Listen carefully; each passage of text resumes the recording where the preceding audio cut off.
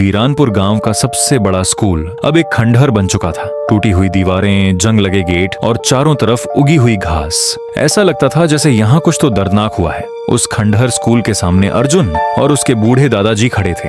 अर्जुन ने हैरानी से उस स्कूल को देखा और धीमी आवाज में बोला, दादाजी, आखिर इस स्कूल में ऐसा क्या हुआ था जो आज इसकी इतनी बुरी हालत हो गई है? दादाजी कुछ पल के लिए चुप हो गए, जैसे उन्होंने कोई भूत देख लिया हो। कुछ देर बाद उन्होंने गहरी सांस ली और धीमी आवाज में कहा, नहीं अर्जुन, इस स्कूल का इतिहास बहुत ही डरावना रहा है। अर्जुन ने हैरानी से पूछा, डरावना इतिहास? दादाजी ने उसकी तरफ देखा और बोले, हाँ, क्योंकि मैं खुद इस स्कूल का विद्यार्थी रह चुका हूँ और मैंने यहाँ वो सब देखा है जिसे याद करके आज भी मेरी रूह कांप जाती है। अरे दादाजी, बताइए ना, आखिर क्या हुआ था इस स्कूल में?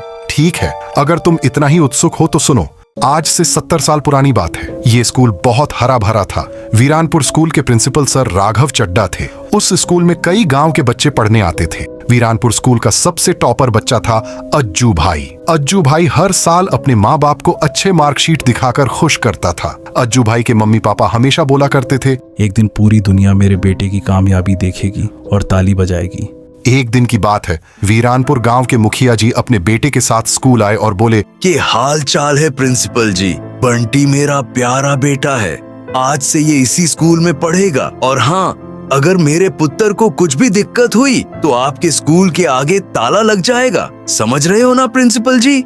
हाँ हाँ, मैं समझ गया। बिल्कुल भी टेंशन ना लो मुखिया जी, आपके बेटे को वीआईपी ट्रीटमेंट मिलेगी। बंटी पढ़ने में तो बहुत अच्छा था, लेकिन वो एक शैतान लड़का था। उसे लगता था कि पूरे गांव वालों का बाप मैं ही हूँ, कोई मेरा कुछ नहीं बिगाड़ सकता है। अगले दिन से बंटी अपने दोस्तों के साथ पढ़ने आने लगा। पहले ही दिन बंटी की नजर अज्जू भाई की तरफ गई। वो अकेला खड़ा था, वो किसी से बात नहीं कर रहा था। बंटी ने बोला, क्या बोलता है, इसको परेशान करें क्या? ये तो कमजोर भी लगता है और मजा आएगा।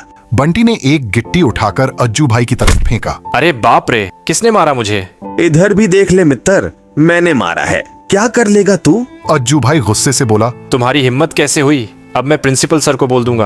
बंटी ने एक और गिट्टी उठाकर अज्जू भाई के ऊपर मारा। अज्जू भाई रोते रोते प्रिंसिपल ऑफिस गया और बोला, प्रिंसिपल सर, उस नए स्टूडेंट बंटी ने मुझे दो बार गिट्टी फेंक कर मारा। आप उसे पनिशमेंट दो। प्रिंसिपल ने बोला, देखो अज्जू, तुम एक टॉपर हो, इसका मतलब ये नहीं कि तुम मुखिया जी के बेटे पर गलत आरोप लगाओगे। इस बार माफ कर रहा हूँ, आइंदा ऐसे गलत आरोप लगाने की जुर्रत मत करना। अज्जू भाई रोते रोते वहाँ से चला गया। उस दिन के बाद अज्जू भाई का बुरा समय शुरू हो गया था। 1 महीने बीत गए थे। वो दिन रिजल्ट का दिन था। चलो बच्चों, मैं अब बताने जा रही हूँ आप सभी का रिजल्ट। तो चलो देखते हैं कौन टॉप किया है। तो हमेशा की तरह इस बार भी फर्स्ट अज्जू भाई ही आया है। चलो सब लोग ताली बजाओ। और सेकंड जो आया है उसका नाम है बंटी।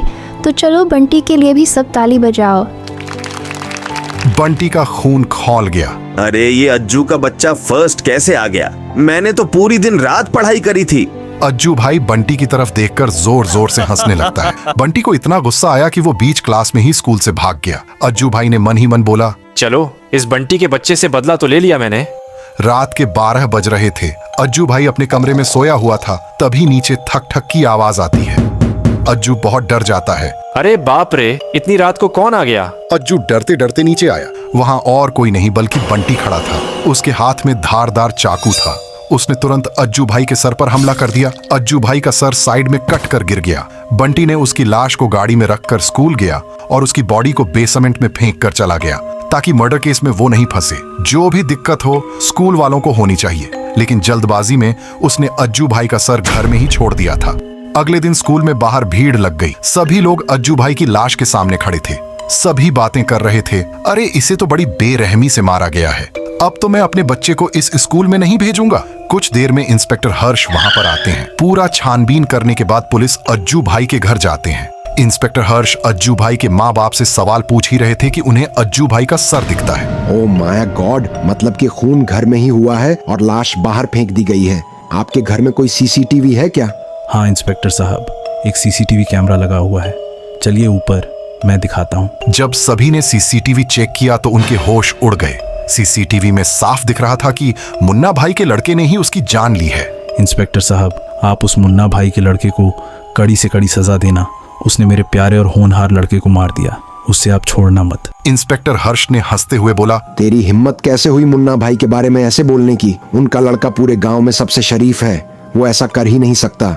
चल ये केस बंद कर दे, 2 करोड़ रुपए दिलवा दूंगा तुझे। अज्जू के पापा का गुस्सा 7वें आसमान पर चढ़ गया। अरे तुम्हारे 2 करोड़ रुपए का मैं क्या करूंगा? मेरे बेटे को मुन्ना भाई के पिल्ले बंटी ने मार दिया और मेरे पास प्रूफ भी है, फिर भी तू उसे गिरफ्तार नहीं कर रहा। मैं सब समझ रहा हूँ, तूने उससे पैसे लिए हैं। इंस्पेक्टर ने बोला, जब सब कुछ मालूम ही है तो अनजान क्यों बन रहा है? इतना कहकर वो वहां से चला गया। इंस्पेक्टर खन्ना को इंस्पेक्टर की नौकरी मुन्ना भाई ने ही घूस देकर दिलवाई थी, इसलिए वो मुन्ना भाई के लड़के को अरेस्ट नहीं कर रहा था, नहीं तो उसकी नौकरी चली जाती।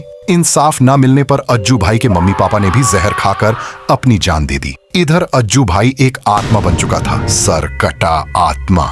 अब उसके अंदर बस बदले की आग जल रही थी, लेकिन उसने ऐसा क्या किया था जो पूरा स्कूल खंडहर बन गया। और आज भी इस स्कूल के अंदर जाने से सभी की रूह कांप जाती है। अगर आपको भी देखना है तो कमेंट में लिखो पार्ट 2 चाहिए और 50 कमेंट करवा दो।